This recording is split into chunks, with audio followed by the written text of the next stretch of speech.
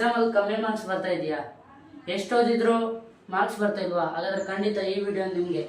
ಈ ವಿಡಿಯೋದಲ್ಲಿ ನಾನು ಈ ಥರ 4 ಟ್ರಿಕ್ ಹೇಳ್ಕೊಡ್ತೀನಿ. ಅದರಿಂದ ನೀವು ಫೇಲ್ ಆಗ್ತಿದ್ರು ಕೂಡ ಜಸ್ಟ್ ಎಕ್ಸಾಮಲ್ಲಿ 95+ ಸ್ಕೋರ್ ಮಾಡ್ಬೋದು. ಈ ವಿಡಿಯೋ ಮಿಸ್ ಮಾಡದೆ ಕೊನೆ ತನಕ ನೋಡಿ. ಲಾಸ್ಟ್ 2 ಪಾಯಿಂಟ್ ಅಂತೂ ಮಿಸ್ ಮಾಡೋಕ್ಕೆ ಹೋಗಬೇಡಿ. ಮೊದಲನೇ ಪಾಯಿಂಟ್ ಏನಪ್ಪ ಅಂದರೆ 80-20 ರೂಲ್. ತುಂಬ ಜನ ಸ್ಟೂಡೆಂಟ್ಸಿಗೆ ಈ ರೂಲ್ ಬಗ್ಗೆ ಗೊತ್ತಿಲ್ಲ. ಕೇವಲ 100% ಸ್ಟೂಡೆಂಟ್ಸಲ್ಲಿ 10% ಸ್ಟೂಡೆಂಟ್ಸ್ ಮಾತ್ರ ಈ ರೂಲ್ ಫಾಲೋ ಮಾಡ್ತಾರೆ. ಈ 80-20 ರೂಲ್ ಏನಪ್ಪ ಅಂದರೆ 20% ಸಿಲೆಬಸ್ಸಲ್ಲಿ ನೀವು 80 ಮಾರ್ಕ್ಸ್ ತೆಗಿಬೋದು. ಏನು ಮಾಡ್ತಾರೆ ಅಂದರೆ ತುಂಬ ಜನ ಸ್ಟೂಡೆಂಟ್ಸು ಓದ್ತಾರೆ. ತುಂಬ ಜನ ಸ್ಟೂಡೆಂಟ್ಸು ತುಂಬ ಕಷ್ಟಪಟ್ಟು ಓದ್ತಾರೆ, ಹಗಲು ರಾತ್ರಿ ಓದ್ತಾರೆ, ಬಟ್ ಪಾಸ್ ಕೂಡ ಆಗ್ತಾರಲ್ಲ. ಯಾಕಪ್ಪ ಅಂದರೆ ಅವ್ರಿಗೆ ಯಾವ ಥರ ಓದಬೇಕು, ಯಾವ ಥರ ಸ್ಟ್ರಾಟಜಿ ಗೊತ್ತಿಲ್ಲ. ಸೊ ಈ 80-20 ರೂಲ್ ನಾವು ಫಾಲೋ ಮಾಡೋದು. ಈ 80-20 ರೂಲ್ ಏನಪ್ಪ ಅಂದರೆ, ಈಗ ನೋಡಿ, ನೀವು ಯಾವುದೇ ಎಕ್ಸಾಮ್ ಇರಲಿ, ಫಾರ್ ಎಕ್ಸಾಂಪಲ್ ಯಾವುದೋ ಒಂದು ಸೈನ್ಸ್ ಎಕ್ಸಾಮ್ ಇದೆ ಅಂತ ತಿಳ್ಕೊಳ್ಳಿ. ಈಗ ಒಂದು 5 ಚಾಪ್ಟರ್ ಇದೆ. ಏನು ಮಾಡ್ತಾರೆ, ಎಲ್ಲ 5 ಚಾಪ್ಟರ್ ನೀವು ಓದೋದಕ್ಕಿಂತ ಅದೇ 5 ಚಾಪ್ಟ್ರಲ್ಲಿ ಇಂಪಾರ್ಟೆಂಟ್ ಅನ್ನು ಓದಿ. ಅದೇ ಇಂಪಾರ್ಟೆಂಟ್, ಜಸ್ಟ್ ಆ ಇಂಪಾರ್ಟೆಂಟ್ಸೇ ಬರ್ತದೆ ಕ್ವಶನ್ ಎಕ್ಸಾಮಿಗೆ. ಆ ಇಂಪಾರ್ಟೆಂಟ್ ಓದೋದ್ಬಿಟ್ಟು ನೀವೇನು ಮಾಡ್ತೀರಿ, ಎಲ್ಲ ಓದ್ತೀರಿ. ಆ ಎಲ್ಲದನ್ನು ಸ್ಟೋರ್ ಮಾಡಿ ಇಟ್ಕೊಳ್ಳೋಕೆ ಈ ಮೈಂಡೆಲ್ಲ ಆಗಲ್ಲ. ಸೊ ಏನು ಮಾಡ್ತಾರೆ, ಆ ಇಂಪಾರ್ಟೆಂಟಾಗಿ ಓದ್ತೀರಿ. ನೀವು ಜಸ್ಟ್ ಆ ಇಂಪಾರ್ಟೆಂಟ್ ಓದೋದ್ರಿಂದ 80 ಮಾರ್ಕ್ಸ್ ತೆಗಿಬೇಕಾದ್ರೆ ಇನ್ನು ಉಳಿದ 20 ಮಾರ್ಕ್ಸ್, ಜಸ್ಟ್ ಬರೀ 20% ಸಿಲೆಬಸ್ಸಲ್ಲಿ 80 ಮಾರ್ಕ್ಸ್ ಓದಿ. ಇಂಪಾರ್ಟೆಂಟ್ ಎಲ್ಲ ಓದಿದರೆ ನಿಮ್ಮ ಕೈಯಲ್ಲಿ ಆಲ್ರೆಡಿ 80 ಮಾರ್ಕ್ಸ್ ಇರುತ್ತೆ. ಇನ್ನು 20 ಮಾರ್ಕ್ಸಿಗೋಸ್ಕರ ನೀವು ಎಫರ್ಟ್ ಹಾಕಬೇಕಾಗುತ್ತೆ ಅಷ್ಟೇ. ಅದು ಬಿಟ್ಟು ನೀವು ಎಲ್ಲ ಓದಿದರೆ ಏನೂ ಅಲ್ಲ. ಎಲ್ಲ ಕನ್ಫ್ಯೂಸ್ ಆಗಿ ಎಲ್ಲ ಮರ್ತೋಗ್ತೀರಿ, ಕನ್ಫ್ಯೂಸ್ ಆಗ್ತೀರಿ. ಎಕ್ಸಾಮ್ ಹಿಂದಿನ ದಿವಸ ಗಡಿ ಬಿಡಿಯಲ್ಲಿ ಹಾಗೆ ಹೀಗೆಲ್ಲ ಓದಿ ಪಾಸ್ ಆಗೋಕ್ಕೂ ಆಗಲ್ಲ. ಒಬ್ಬೊಬ್ಬರು ಸ್ಟೂಡೆಂಟ್ಸ್ ಇರ್ತಾರೆ ವರ್ಷ ಪೂರ್ತಿ ಏನು ಓದಿರಲ್ಲ, ಬಟ್ ಆದರೂ ಎಕ್ಸಾಮಲ್ಲಿ 90-95. ಫಾರ್ ಎಕ್ಸಾಂಪಲ್ ನನ್ನನ್ನೇ ತೊಗೊಳ್ಳಿ. ನಾನು ಜಸ್ಟ್ SLC ಕಂಪ್ಲೀಟ್ ಮಾಡಿ 1.5 ವರ್ಷ ಆಯ್ತು ಅಷ್ಟೇ. ಸೇಮ್ ಇದೇ ರೂಲನ್ನೇ ನಾನು ಲಾಸ್ಟ್ 1 ವೀಕ್ ಇರುವಾಗ ಇದೇ ರೂಲನ್ನೇ ಅಪ್ಲೈ ಮಾಡಿ 90% ಬಂದಿದೆ ನನಗೆ. ಜಸ್ಟ್ 2 ಇಯರ್ಸ್ ಆಯ್ತಷ್ಟೇ ನಾನು SLC ಕಂಪ್ಲೀಟ್ ಮಾಡಿ. ಸುಮ್ಮನೆ ಯಾರನ್ನ ಯಾಕೆ ಎಕ್ಸಾಂಪಲ್, ನನ್ನನ್ನೇ ತೊಗೊಳ್ಳಿ. ಈ ರೂಲನ್ನು ಖಂಡಿತ ಫಾಲೋ ಮಾಡಿ. ಯಾವ ಕಾರಣಕ್ಕೂ ಈ ರೂಲನ್ನು ಮಿಸ್ ಮಾಡಬೇಡಿ. ಎರಡನೇ ಪಾಯಿಂಟ್ ಬಂದ್ಬಿಟ್ಟು PYQ ಅಂದರೆ ಪ್ರೀವಿಯಸ್ ಇಯರ್ ಕ್ವಶನ್ ಪೇಪರ್. ನೋಡಿ, 80-20 ರೂಲನ್ನು 2 ಥರ ಅಪ್ಲೈ ಮಾಡ್ಬೋದು. ಒಂದು, ನೀವು ನಾರ್ಮಲ್ ನಿಮ್ಮ ಚಿಕ್ಕ ಎಕ್ಸಾಮ್ ಇದ್ದರೆ ಆ ಟೈಮಲ್ಲಿ ಅದನ್ನು ಡೈರೆಕ್ಟಾಗಿ ಅಪ್ಲೈ ಮಾಡ್ಬೋದು. ಅಥವಾ ನಿಮ್ಮ ಫೈನಲ್ ಎಕ್ಸಾಮ್ ಇದ್ದರೆ ಇದನ್ನು ಇನ್ನೊಂದು ಥರ ಅಪ್ಲೈ ಮಾಡ್ಬೋದು. This is very very important. ನೀವೇನು ಮಾಡ್ತೀರಪ್ಪ ಅಂದರೆ, ಫಾರ್ ಎಕ್ಸಾಂಪಲ್ ನೋಡಿ, PYQ ಯಾಕೆ ಇಂಪಾರ್ಟೆಂಟ್ ಅಂದರೆ, ಯಾವುದಾದ್ರೂ ನೋಡಿ 10th ಬೋರ್ಡಲ್ಲಿ 80% ಕ್ವಶನ್ಸು ಸೇಮ್ PYQ ಏನು ಕೇಳ್ತಾರೋ ಅದೇ ಕ್ವಶನ್ಸೇ ಕೇಳಿರ್ತಾರೆ. ಬಟ್ ತುಂಬ ಜನ ಸ್ಟೂಡೆಂಟ್ಸ್ ಇದನ್ನು ಮಾಡೋದು. ಸೊ ವರ್ಷ ಪೂರ್ತಿ ಓದ್ತಾರೆ, ಬಟ್ ಆದರೂ ಸ್ಕೋರ್ ಮಾಡೋಕ್ಕಾಗಲ್ಲ. PYQ ಎಷ್ಟು ಇಂಪಾರ್ಟೆಂಟ್ ಅಂದರೆ, ನೋಡಿ, ಒಂದು ಎಕ್ಸಾಂಪಲ್ ನಾನು ಏನು ಮಾಡಿದೆ, 5 ವರ್ಷದ ಕ್ವಶನ್ ಪೇಪರ್ ತೊಗೊಂಡೆ. ಇನ್ನೊಂದು ವಾರ ಆಯ್ತು ನನ್ನ ಟೈಮ್. 5 ವರ್ಷದ ಕ್ವಶನ್ ಪೇಪರ್ ತೊಗೊಂಡು ಯಾವ್ಯಾವ ಕ್ವಶನ್ 5 ವರ್ಷನೇ ರಿಪೀಟ್ ಆಗಿದ್ದಾವೆ, 5 ಟಿಕ್ ಮಾರ್ಕ್ ಹಾಕೊಂಡೆ. 4 ವರ್ಷದ 4 ಟಿಕ್ ಮಾರ್ಕ್, 3, 2, 1 ಆ ಥರ ಎಷ್ಟೆಷ್ಟು ಸತಿ ಕಂಟಿನ್ಯೂಸ್ ರಿಪೀಟ್ ಆಗಿದೆ ಅಷ್ಟು ಟಿಕ್ ಹಾಕೊಂಡೆ ಆ ಕ್ವಶನ್ಸಿಗೆ. ಫಸ್ಟು 5 ಮತ್ತು 4 ವರ್ಷ ಫುಲ್ ರಿಪೀಟ್ ಆಗಿರೋದು ನಾನು ಫಸ್ಟ್ ಓದ್ಕೊಂಡೆ. ಆಮೇಲೆ ಕಮ್ಮಿ ರಿಪೀಟ್ ಆಗಿರೋದು ಓದ್ಕೊಂಡೆ. ಈ ಥರನೂ ನೀವು 80-20 ರೂಲ್ ಈ ಥರನೂ ಅಪ್ಲೈ ಮಾಡ್ಬೋದು. ಬರೀ ಅದೇ ಥರ ಅಪ್ಲೈ ಮಾಡ್ಬೇಕಂತಲ್ಲ, ಇದನ್ನು PYQ ಯೂಸ್ ಮಾಡಿಕೊಂಡು ಇದಕ್ಕೂ ಅಪ್ಲೈ ಮಾಡ್ಬೋದು. ಸೊ PYQ ಎಷ್ಟು ಇಂಪಾರ್ಟೆಂಟ್ ಅಂದರೆ, ಜಸ್ಟ್ ನೀವು SLC ಆಗಿದ್ದರೆ ಜಸ್ಟ್ 5 ವರ್ಷ PYQ ಓದಿದರೆ ಆರಾಮ್ 90% ತೆಗಿತೀರಾ ಆರಾಮಾಗಿ. PYQ ನಾನು ಸೇಮ್ ಫಾಲೋ ಮಾಡಿರೋದು. ಈ 80-20 ರೂಲ್ ಫಾಲೋ ಮಾಡಿದ್ದೀನಿ. ಈ PYQ 5 ವರ್ಷದ PYQ ತೊಗೊಂಡು ಟಿಕ್ ಹಾಕೊಂಡು ಓದಿದ್ದೀನಿ. ಸೊ ಈ 2 ರೂಲನ್ನು ಮಿಸ್ ಮಾಡೋಕ್ಕೆ ಹೋಗಬೇಡಿ. ಖಂಡಿತ ಫಾಲೋ ಮಾಡಿ. ನಾನು ನಂಬಿ ಖಂಡಿತ ಮಾರ್ಕ್ಸ್ ಬರುತ್ತೆ.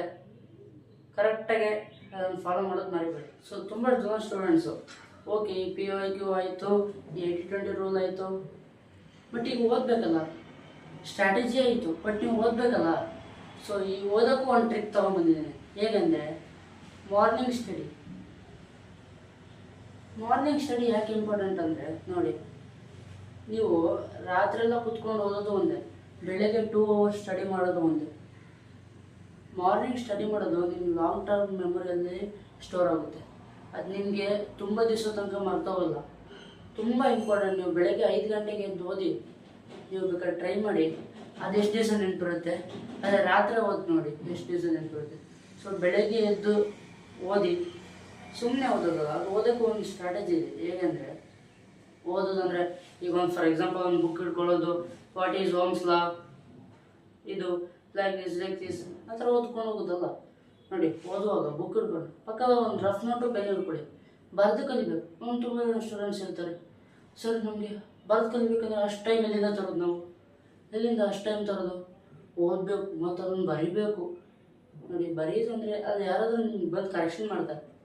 ನೋಡಿ ಹೇಗೆ ಅಂದರೆ ಬುಕ್ ಓದ್ತಿರ್ಬೇಕಾದ್ರೆ ನೀವು ಜಸ್ಟ್ ಈಗ ಬರೀರಿ ಪೆನ್ನಲ್ಲಿ ರಫ್ ಆಗಿ. ಯಾರಾದರೂ ನಿಮ್ಗೆ ಕೇಳ್ತಾರೆ, ಅದನ್ನು ಬಂದು ನೋಡ್ತಾರೆ. ಆವಾಗ ನಿಮ್ಮ ಮೈಂಡು, ನಿಮ್ಮ ಹ್ಯಾಂಡ್ಸು ಎರಡೂ ವರ್ಕ್ ಆಗುತ್ತೆ. ಸೊ ಇದರಿಂದ 2 ಬೆನಿಫಿಟ್ ಇದ್ದಾವೆ. ಒಂದು, ನಿಮ್ಗೆ ಓದಿರೋದು ತುಂಬ ಲಾಂಗ್ ಟೈಮ್ ನೆನಪಿರುತ್ತೆ, ನಿಮ್ಮ ಲಾಂಗ್ ಟೈಮ್ ಮೆಮೊರಿಗೆ ಸೇವ್ ಆಗುತ್ತೆ. ಇನ್ನೊಂದು, ನೀವು ಎಕ್ಸಾಮಲ್ಲಿ ಬೇಗ ಟೈಮ್ ಪಿಕಪ್ ಮಾಡ್ಬೋದು.